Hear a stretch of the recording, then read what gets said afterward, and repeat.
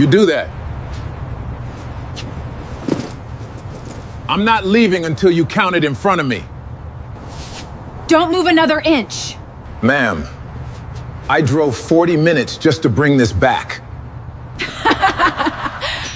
Men who drive cabs for a living don't typically turn down $200,000. This one did. That's why I'm standing on your porch instead of spending it. I'm calling the police right now. You'll stand there until they arrive. Ask me anything you want, I'll answer straight. Fine. Tell me exactly what's inside that bag. $200,000, banded in hundreds and fifties. I counted it twice. I didn't keep a dollar. People don't usually count money they don't want. People also don't drive home on an empty tank just to give it back. Then prove it. Check my odometer against the gas receipt in my cup holder, Garrett said. I'm not asking you to trust my face. Trust the numbers. Petra didn't move to check either one. Not yet. His tank was empty. He stopped anyway. He didn't know the woman blocking the door had spent 6 quiet years starving the clinic 3 streets over of her father's money. She didn't know the man on her porch had less in the bank than the parking ticket on his windshield. Neither knew how badly they'd need each other before the winter was out. Sylvester Kittredge appeared behind his daughter, gripping the doorframe like it was the only thing holding him upright. "Petra," he said, "put the phone down. Let the man inside." "Dad, you don't even know who this is yet." "I know exactly who this is," Sylvester said. "I fell asleep in his cab last night with $200,000 sitting right beside me." Garrett crouched down and unzipped the bag 2 inches, just enough to show the banded cash inside, then zipped it shut again. "Nobody touched a single dollar," he said. "I need you both to know that." "We'll still need an itemized statement," Petra said, lowering the phone but not pocketing it. "Time found, time returned. There's a 10-hour gap to explain." "I work nights," Garrett said. "I don't get near a phone until 6 in the morning. That's a long time to sit alone with $200,000, Mr. Utley." Sylvester pushed past his daughter's arm and knelt beside the bag himself, the motion stiff and careful, like a man whose knees had already cost him more than his hips ever would. He unzipped it the rest of the way, ran his thumb once across the top bill, the way a person checks a signature, and looked up at Garrett with something breaking open in his face. "You have a family," he said. It wasn't a question. "A grandson," Garrett said, 9 years old. "He's the one who found your name in the wallet. I wasn't even going to open the bag at all." "Dad," Petra said, quieter now. A warning meant only for him. "You don't know this man." "No," Sylvester said, still looking at Garrett. "But I know exactly what an empty tank sounds like, and I know a man who drives 40 minutes on one anyway." And disc, 6 days earlier, Millbrook was the kind of mid-sized town that got called up and coming in real estate listings and forgotten see in everything else. A downtown of half-full storefronts, a river that used to power 3 mills and now powered none of them. Red Line Cab Kodaw's fleet had shrunk from 40 cars to 16 since the rideshare apps moved in. Garrett had been driving for Red Line 11 years, long enough to remember when the dispatch radio used to crackle non-stop instead of going quiet for whole stretches of a shift. The little sign on the roof of Cab 12, the one that was supposed to read "Available," had been stuck permanently lit for going on 2 months because Garrett couldn't spare the $41 the shop wanted to fix the switch. He liked to tell Arlo it wasn't broken. It just never went off duty. "That's not what off-duty means, Grandpa," Arlo said from the back seat, tongue between his teeth over a word search puzzle. "I know what it means." "Then how come you never say it?" Garrett didn't answer that one. He reached over and turned up the radio instead, an old habit from before the house got quiet enough that every unanswered question sat in it like furniture nobody had asked for. That morning had started the way most of them did, toast standing up at the counter, because there was only time to eat one thing sitting down. And Garrett made sure it was always Arlo's turn. "You've got library day," Garrett said, checking the boy's backpack strap. "You remember your book?" "Under the seat," Arlo said. "I already checked twice." "Check a 3rd time when we get in the cab. 3rd time's the one that counts." "That's not a real rule." "It's my rule," Garrett said, "which makes it real enough for this car." Arlo grinned around a mouthful of toast and didn't argue, because arguing with that particular rule had never once won him anything. and he'd stopped trying around age 7. The dispatch radio crackled. 12, you got a fare on Union and 3rd. Elderly woman, wheelchair transport. Copy Union and 3rd, Garrett said into the mic. 10 minutes out. Make it 8:12. She's got a doctor's appointment. 8 minutes, Garrett said, pulling into traffic, glancing at Arlo in the mirror. You good back there for one more stop before home? I'm always good, Arlo said. I've got my book. Arlo's mother, Garrett's daughter, Renee, was 11 months into a recovery program 2 states over, and her letters came folded into little squares that made them look shorter than they were. She wrote about a garden they made her tend at the facility, and about a woman there named Adele who was teaching her to can tomatoes. At the bottom of every letter, in handwriting that still shook a little, she wrote the same 4 words, I'm coming back different. Garrett kept every one of them rubber-banded in the glove box, because he didn't trust himself not to read them too many times if they were somewhere he could reach at 3 in the morning. He'd raised Arlo alone since the boy was 7. It hadn't felt like a decision so much as a fact that arrived one Tuesday and never left. A phone call, a caseworker's careful voice, a bag of the boy's clothes packed by someone who wasn't his mother. Garrett had been proud once of never asking anyone for help. Lately, that pride felt more like a debt-collecting interest. The rent was $275 behind. Arlo needed new glasses, the frame held together at the hinge with a paperclip Garrett had bent into a splint. The transmission in cab 12 made a sound on left turns that he'd learned to accelerate through so the dispatcher wouldn't hear it over the radio. 5 days after that ordinary morning on a Tuesday night soaked through with rain, the passenger in his back seat, an old man in a good coat, drenched from a downpour that hadn't let up since the hospital, got out at the corner of Sycamore and 4th and didn't come back for the duffel bag he'd been holding against his chest the whole ride. Garrett noticed. He noticed the way you notice a stray dog outside your own door, not his. Not really his problem. Sway. Whoa, way. He didn't open it until he got home at the kitchen table, with Arlo supposed to already be in bed, and instead standing in the doorway in socked feet. Whose is that? Don't know yet, Garrett said. A man left it in the cab. Are you going to look inside? I have to look. It's the only way I find him. Arlo climbed into the chair across from him and stared at the bands of cash like they might start talking. That's a lot of money, he said. $200,000, Garrett said. Near enough to it. Are we keeping it? Garrett looked at his grandson for a long moment. The paperclip hinge on his glasses, the elbow gone thin on his pajama shirt, and felt the specific shame of a man about to do the right thing and already hating what it would cost him. No, he said. We're not keeping $1 of it. How come? Because your mama's coming home to a boy who didn't grow up thinking money's worth more than his own name, Garrett said. That's how come. Arlo was quiet a second. Can we look at it a little longer, though? That almost got a laugh out of Garrett. The first real one in a week. 5 more minutes, he said. Then it goes right back in the bag.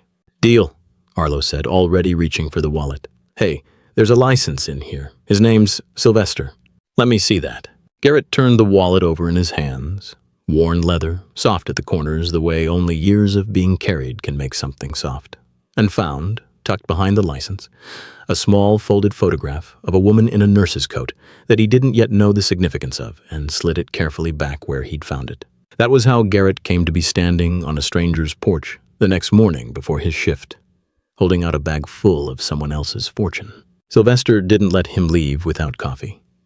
He waved Petra off toward the kitchen and sat Garrett down at a table by a window that looked out on a garden gone a little wild at the edges. My wife planted that garden the year we moved in, Sylvester said, setting 2 mugs down. I kept it up myself long after she was gone. Only these last few years I've let the weeds win. Didn't seem worth fighting them alone anymore. I'm sorry for your loss, Garrett said. 31 years this spring, Sylvester said quietly. Celeste was a nurse before she was anything else. Started that clinic on 4th Street out of a rented storefront in '94, back when nobody else wanted the corner. Lost her there herself, not long after. A bad night. A staff too thin to reach her in time. I've driven past it 100 times, Garrett said. Never once pulled in. But most people don't until they need to, Sylvester said. That's rather the point of the place.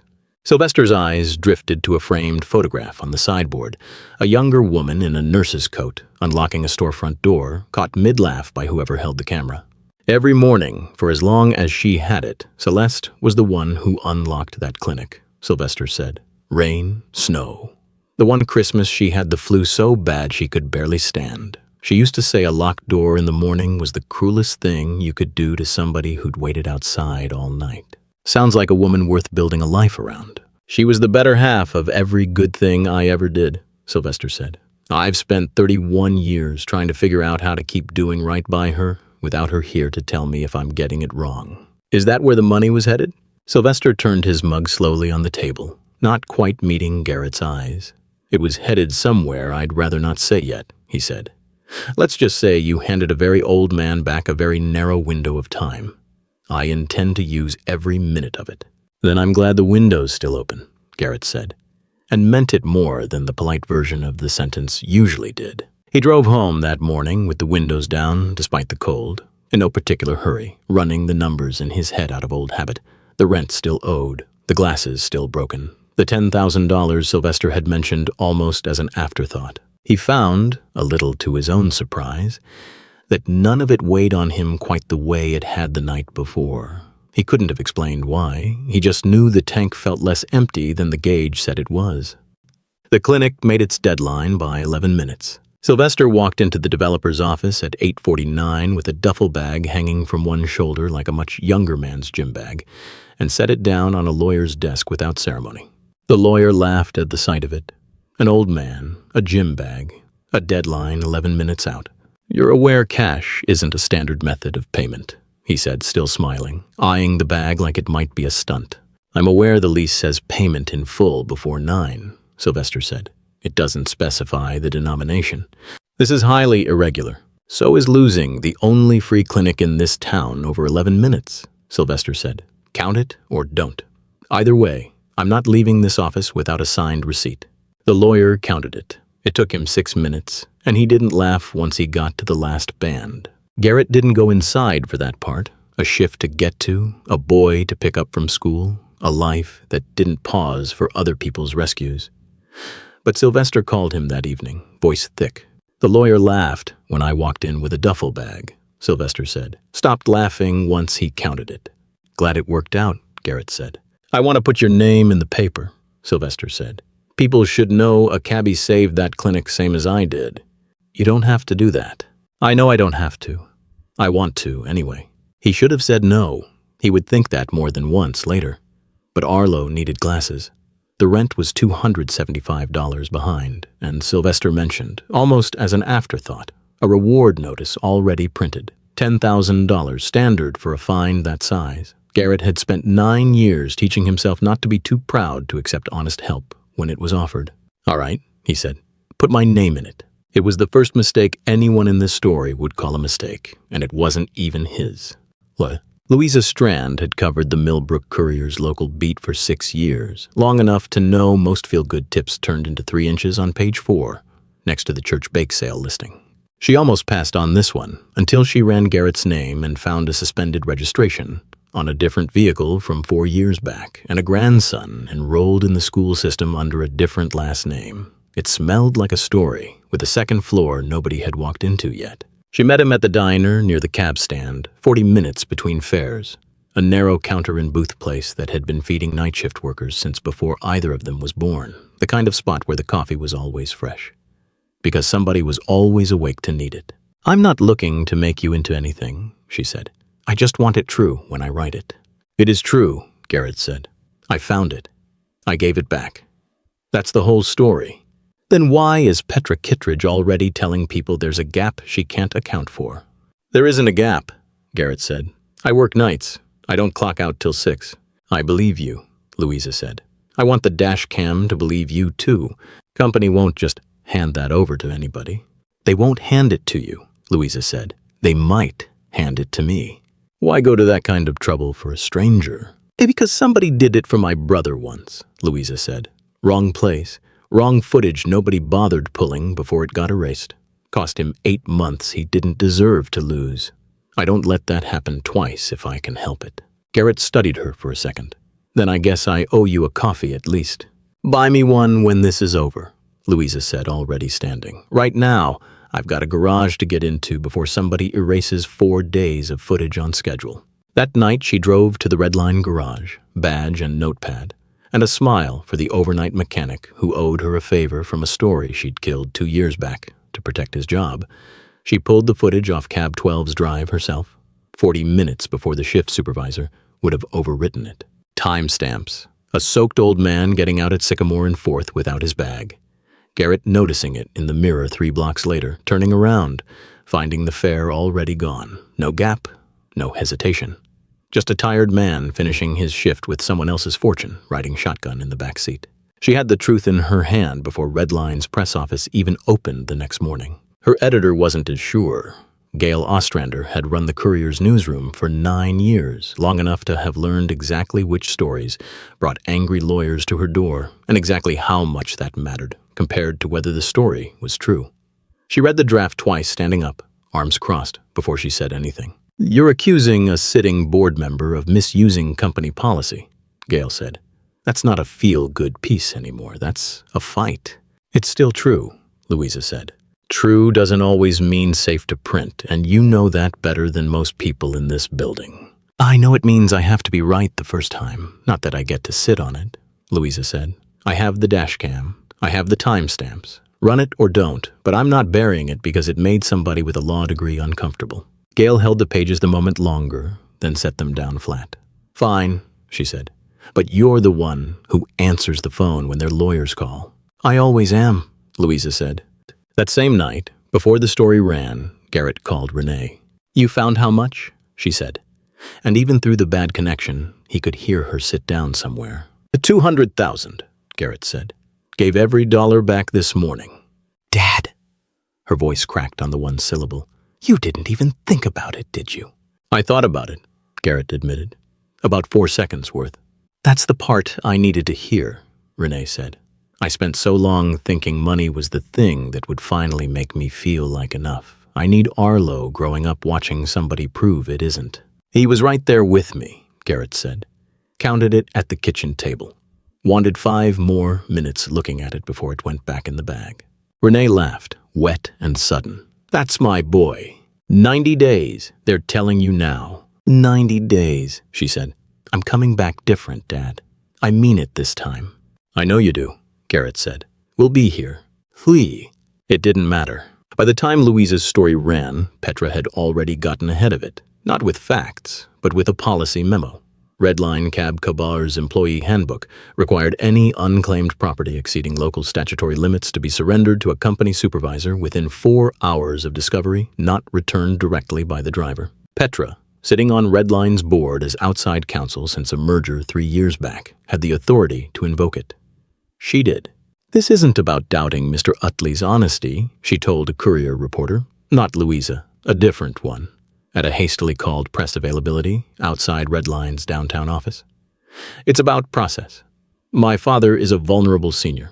We have a duty to make sure a transaction like this is handled properly, not on a handshake in someone's driveway. Are you saying the driver did something wrong? Another reporter called out. I'm saying we're following our own policy, Petra said. Nothing more, nothing less. Your policy that you personally have the authority to invoke, the reporter pressed. Correct, Petra said, already turning from the microphones. That's exactly why I'm the one invoking it. The quote went out before Louisa's dashcam story did. By noon, 2 headlines sat side by side on the same feed. Cabbie returns $200K, and cab company questions handling of found cash. And most people only read one of them. Comments piled up under both. Most were kind. The ordinary kind of kindness that follows a good deed around for a day or two before moving on to the next thing. But a smaller, louder pocket latched on to the word gap and wouldn't let go of it, the way certain corners of the internet always find the one loose thread and pull. By evening, someone had dug up an old photo of Garrett's suspended registration from 4 years back and posted it without context. A stranger 2 states away left a review on Red Line's page accusing the whole company of covering for a thief. It was a strange kind of unfairness. Garrett punished twice, once by the accusation, and once by people defending him in a way that made the accusation sound half true. 3 of his regular late-night fares canceled that week without saying why. He noticed. He didn't say anything about it to Arlo. Garrett found out he had been suspended when he badged into the garage for his evening shift and the reader flashed red. "It's not permanent," the shift supervisor said, not meeting his eyes. "Just till legal signs off on it." "Legal is her," Garrett said. "The same woman whose father left the bag in my back seat. I know how it looks." "Then you know exactly why I need you to look me in the eye when you tell me this." The supervisor didn't. He slid a printed memo across the counter instead, and Garrett read his own name inside a sentence that used the word irregularities, like it meant something specific. Arlo heard about it at school before Garrett even got home to explain it properly. "My mom says your grandpa's basically a thief," a boy named Holden said at the water fountain, loud enough that a teacher 2 rooms away didn't hear in time to stop it. "He's not a thief," Arlo said. "He's just tired." "That's not an answer." "It's the only one that's true," Arlo said, and walked away before Holden could say anything else because that was the only part of the argument he was sure he could win. The teacher told Garrett about it that afternoon, secondhand, and it was the first time in 11 days he had to pull the cab over on a side street and sit with both hands on the wheel until his breathing evened back out.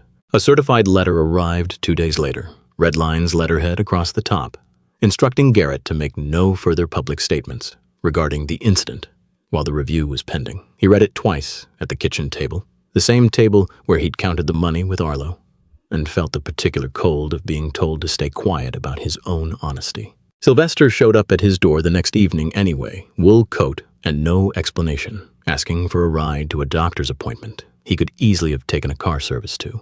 "You're suspended from company dispatch," Sylvester said, climbing into the passenger seat like it was the most natural thing in the world. "Nobody said anything about me hiring you privately. Your daughter's going to hear about this." "My daughter hears about most things eventually," Sylvester said. "Doesn't mean I have to arrange my life around making that easy for her." "You don't have to do this to prove a point." "I'm not doing it to prove a point," Sylvester said. "I'm doing it because you're the only driver in this town I actually trust. And I intend to keep riding with you whether Redline likes the optics or not." Or Garrett pulled away from the curb, and for the length of that drive, at least, the suspension didn't feel like the only fact left standing in his life. It became a habit over the following days. Sylvester finding some errand, real or invented, that required a driver he trusted, and Garrett showing up whether Redline's dispatch board had his name on it or not. They didn't talk about the clinic every time. Sometimes they talked about nothing at all, which suited them both fine. 2 men who'd each spent years learning to carry weight without asking anyone to help lift it. Oh, the despair, when it came, didn't arrive as one big collapse. It arrived as paperwork, and then as a phone call.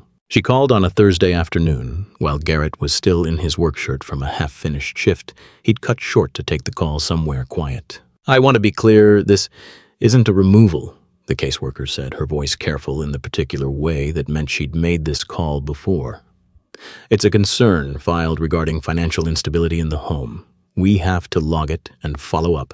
"A financial instability," Garrett repeated, "because I gave back money that wasn't mine. Because there's a public dispute with your name attached to the words stolen funds, Mr. Utley. I know it isn't fair. I still have to log it." "When do you follow up?" 30 days, she said, "unless something changes before then." She came by the house herself 4 days later, clipboard in hand, and stood in the doorway taking in the paperclip hinged glasses on the counter, and the 2 mugs drying by the sink, like she was reading a room for evidence of something. "Everything looks stable here," she said, mostly to herself, writing as she spoke. "It is stable," Garrett said. "It was stable before the headlines, too." "I believe you," she said. "I still have to write down what I see, not just what I believe." Arlo appeared in the hallway in his socked feet, the same way he always did, and the caseworker crouched down to his level out of habit. "How are things around here?" she asked. "Fine," Arlo said. "My grandpa's not a thief." "I never said he was," she said, something in her face softening. She closed the clipboard without finishing the last line. "I think I've seen enough for today." Wendell, the other night driver who'd worked the same corner stand for 6 years, found him afterward, sitting on the tailgate of his own cab outside the garage. "Heard about the suspension," Wendell said, sitting down beside him without asking. "Whole lot on that." "Whole lot on more than that," Garrett said. Caseworker called. 30 days to prove I'm not what the papers are saying. You know, none of that's true. Doesn't matter what's true if enough people say it loud enough first, Garrett said. That's the part nobody warns you about. Wendell was quiet a second, looking out at the empty lot. For what it's worth, he said, I've driven this town 19 years. Never once seen anybody give back that kind of money. Not once. Whatever happens next, that part's already true, and it's already yours. Doesn't pay the rent? No, Wendell agreed. But it's the part your grandson's gonna remember when he's grown, long after the rent's a number nobody cares about anymore. Arlo asked him about it later that same night, sitting on the edge of his bed, with his glasses folded on the nightstand. Are we gonna lose the house? He asked. No preamble, the way kids ask the question they've been carrying around all day. No, Garrett said, sitting down beside him. Whatever else happens, we're not losing the house. How do you know? Because I've kept this roof over your head through worse than a bad headline, Garrett said. This isn't the hardest thing we've done, not even close. What's the hardest thing? Watching your mama leave for that program, Garrett said. And we got through that one, too. Arlo was quiet a moment. I told Holden, you're not a thief. I heard. Thank you for that. I wasn't being brave, Arlo said. It was just true. That's easier to say than brave stuff. Garrett pulled the blanket up over him. Might be the smartest thing anybody's said to me all week. Later that same night, he sat alone in the cab, parked, engine off.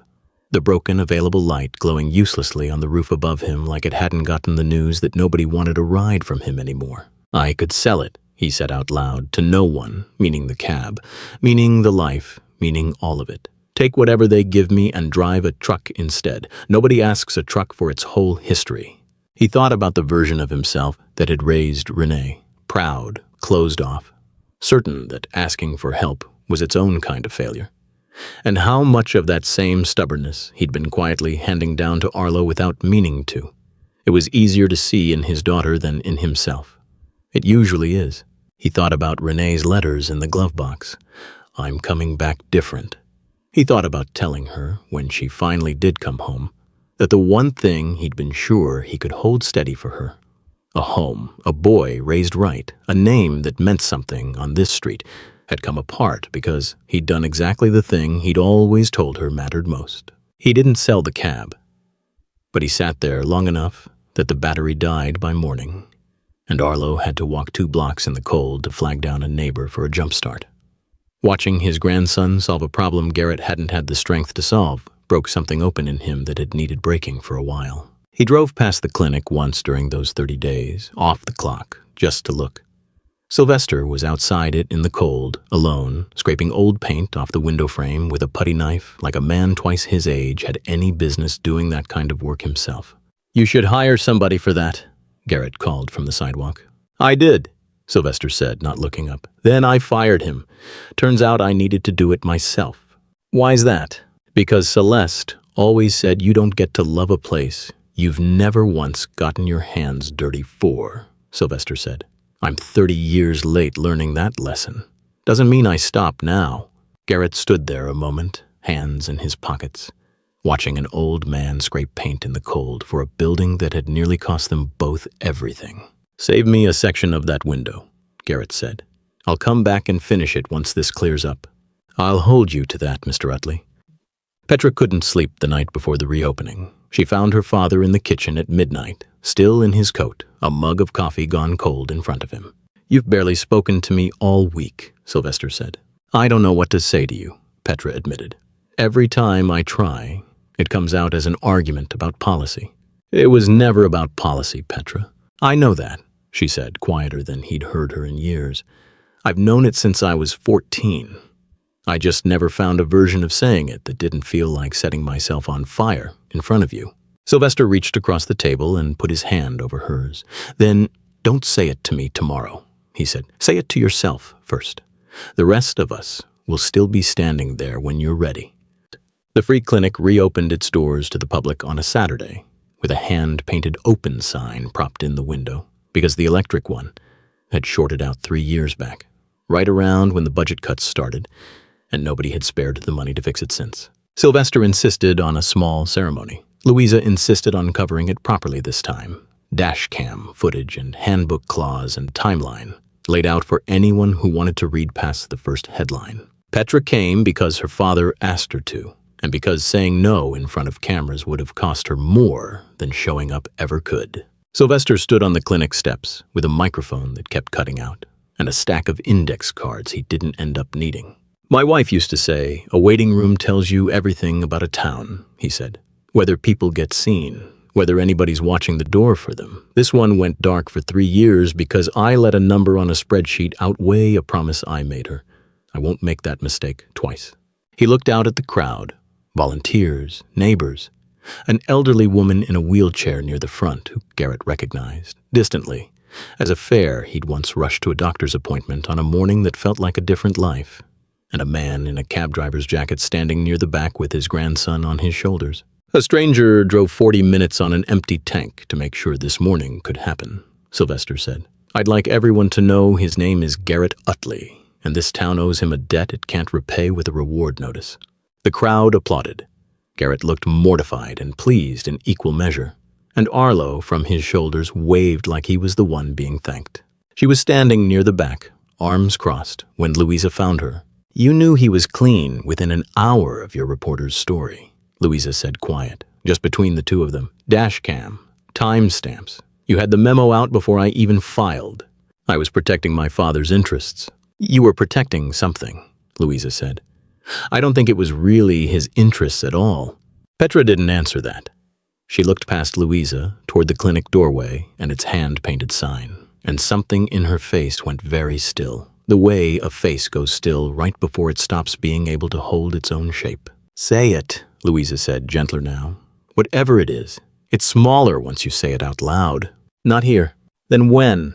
Petra opened her mouth to answer, and that was when the man near the folding chairs went down. He was 70-some, a clinic volunteer named Herschel, who'd shown up 2 hours early to help set up chairs because he'd told anyone who'd listen he'd been one of Celeste's very first patients back in '94 and figured he owed the place a morning of his time. 1 second, he was reaching for a stack of chairs, and the next, he was on the pavement, gray around the mouth, one hand clutching at his own collar. The crowd did what crowds do. A ring of people stepping back instead of forward, phones rising before hands did. Louisa was on her knees beside him before she'd finished deciding to move. "Somebody call it in now," she said loud and flat over the noise. "Chest pain, trouble breathing. He's conscious, but barely." She loosened his collar herself and tilted him onto his side when his breathing turned wet and wrong. "Sir, look at me," she said. "Stay right here with me. Help is already coming." "Is he gonna be okay?" a voice asked from somewhere in the crowd. "He's going to be okay if everybody gives us room to work," Louisa said. "Back up. Give him air." Garrett pushed through the crowd and knelt on Herschel's other side, taking the old man's free hand because somebody needed to, and nobody else was moving yet. "You're not doing this alone today," Garrett told him. "Whole streets here. Just breathe." Sylvester was already moving by then too, waving down the ambulance himself, when it turned onto the wrong end of the block, flagging it in with both arms like a man directing a plane to its gate, refusing to let it lose even 10 seconds to a wrong turn. It took 4 minutes for the ambulance. 4 minutes of Louisa talking to a stranger in a voice that didn't shake. 4 minutes of Garrett gripping a hand that gripped back weaker each time. 4 minutes, too, of Sylvester standing at the clinic door with his palm pressed flat against the frame, the same way his daughter's hand had once been pressed against her own doorway that first cold morning. Except this time, it wasn't blocking anyone out. It was holding him up. Herschel lived. He'd say later that the last thing he remembered before the ambulance was a woman's voice telling him to stay, and a stranger's hand, a cab driver's hand, he'd learn afterward, gripping his like it had no intention of letting go. The crowd that had stepped back to give them room stepped forward again once the ambulance doors closed, not to gawk this time, but to help. Folding the chairs Herschel never got to finish setting up, sweeping the walk, somebody's teenager running inside for water nobody had thought to ask for. Sylvester stood in the middle of it, hand still pressed to the doorframe, watching his wife's clinic do on its very first morning back. Exactly the thing she'd built it to do. "That's the whole reason it exists," he said quietly, to no one in particular. "So nobody has to wait alone to find out if they matter." In the middle of it, Nobody noticed exactly when the electric open sign in the clinic window flickered once, twice, and held steady. An electrician on the volunteer list had quietly fixed the short that morning and hadn't told anyone yet. And half a block down, where Garrett had left cab 12 idling with its flashers on, the broken available light on its roof glowed above an empty tank and an open door. The only two lights on that block that had never once asked anybody if they could pay. The ambulance had gone. The crowd had thinned to the volunteers still folding the last of the chairs, and the afternoon had settled into that particular quiet that follows a scare once everyone's certain the worst didn't happen. Petra found Garrett afterward sitting on the clinic's front step with his head in his hands, adrenaline draining out of him in a way that left him shaking more than the crisis itself had. "I owe you an apology," she said. "I don't know how to give one that isn't cheap." "Try," Garrett said, not looking up right away. "I've had a rough couple of weeks, hearing the cheap kind." She sat down on the step below him, not beside him, like she hadn't earned that yet. "My mother died in that clinic," she said. "I was 14. I sat in that waiting room 2 hours." Garrett looked over at her but didn't speak. "They were short-staffed that night," Petra went on. "Always were. It ran on nothing but grants and bake sales. By the time anyone got to her, it was already too late." "You never told your father you blamed the place." "Never told anyone," Petra said. "I just made sure every budget I ever got my hands on these last 6 years, it never had quite enough money to become the place that could have saved her." "You called that fiscal responsibility." "I called it a lot of things," Petra said. "None of them were the truth. And me? Standing on your porch with the exact thing you'd been starving that clinic of for years. You were in the way of a fight I'd been losing to my father for 6 years, Petra said. "I'm not proud of it. I'm telling you because you deserve to know it was never really about you." Garrett was quiet a long moment. Somewhere behind them, inside, Sylvester's voice carried faintly, thanking volunteers, thanking Louisa, thanking a room full of people who'd shown up on a Saturday for a sign that had been dark 3 years. A siren faded somewhere in the distance, Herschel's ambulance long gone toward the hospital by now, and somewhere behind them, a volunteer was still stacking chairs like the ordinary work of the day hadn't quite caught up to what had just happened. "I appreciate you telling me," Garrett finally said. "I'm not going to tell you it's fine. It cost me a suspended badge, a caseworker's file with my name in it, and a 9-year-old who had to hear his grandfather called a thief at a water fountain. An apology doesn't undo any of that by itself." "What would?" "You want to make it right, you do it in public. Same size as the story you let get told," Garrett said. "And you put your own money into keeping this place open for good, not your father's. Something that outlasts the apology." "I can do that." "Then we'll see," Garrett said.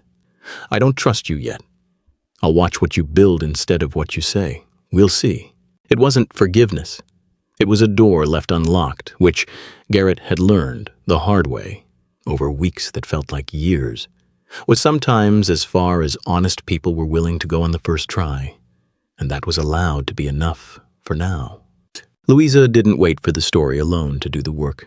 She drove 2 hours to Redline's regional office, the morning it ran, printouts in hand, and asked the regional director a single question across his desk. "Explain to me why a driver with a clean 11-year record is still suspended 48 hours after your own dashcam cleared him," she said. "That's a matter for legal." "Legal is the person who suspended him," Louisa said. "I'd like to know if that's a conflict of interest you're comfortable explaining on the record." The director reinstated Garrett's badge before lunch. The suspension was lifted within the week. Louisa's full story, dashcam, handbook clause, timeline laid out end to end, ran above the fold, and Redline's regional office quietly rewrote the policy that had let Petra invoke it in the first place. The caseworker's file got a note added, "Concern unfounded. Closed." A second letter arrived on Redline stationery not long after, rescinding the first, and it apologized the way institutions do, in the passive voice, no name signed to the mistake. Garrett didn't ask how much of any of it was Petra's doing behind the scenes. He decided he didn't need to know yet. Watching was enough, for now. The $10,000 from the reward notice, frozen the same week as his badge, came through a few days after the suspension lifted. The first thing Garrett did with it was pay for Arlo's new glasses outright. No paperclip hinge, no waiting. The one piece of this whole mess, he told Sylvester, that he'd actually agreed to accept. He finally got the light on the roof of cab 12 fixed. $41. The same $41 he'd carried as an excuse for 2 months. It wasn't extra money that paid for it. Petra Kittredge, true to the only kind of promise Garrett said he'd trust, had quietly paid off the last of his back rent through a fund the clinic set up for exactly the kind of family that had once been too proud to ask it for help. He hadn't asked her to.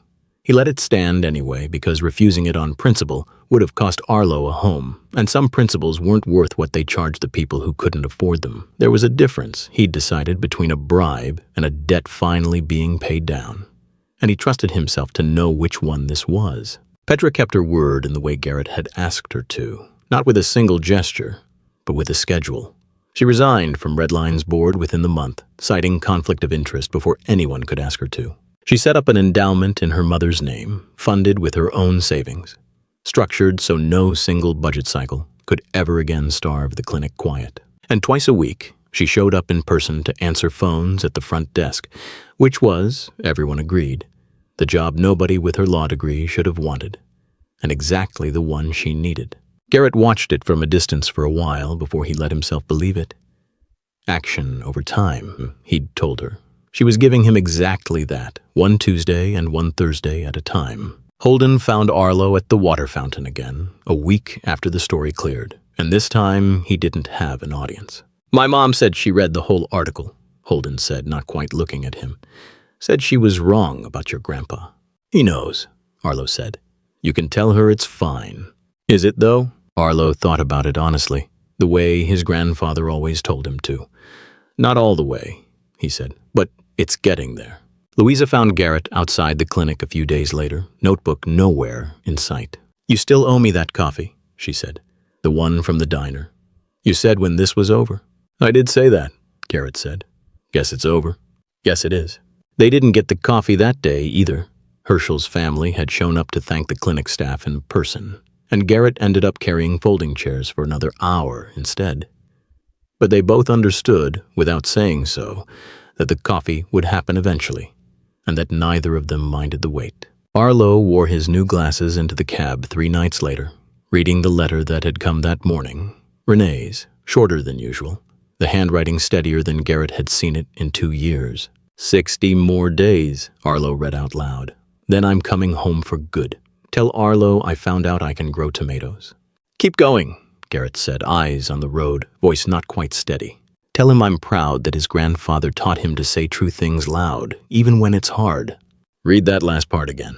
Arlo read it again. 60 days later, almost to the morning, Garrett parked cab 12 outside the bus depot. Instead of picking up a fare, engine idling, Arlo bouncing on his toes on the curb beside him.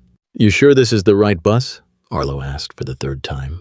"I've read the schedule about as many times as you've asked that question," Garrett said. "It's the right bus." When Renee stepped down off it, she looked thinner and steadier at the same time, a duffel bag of her own over one shoulder that neither of them commented on.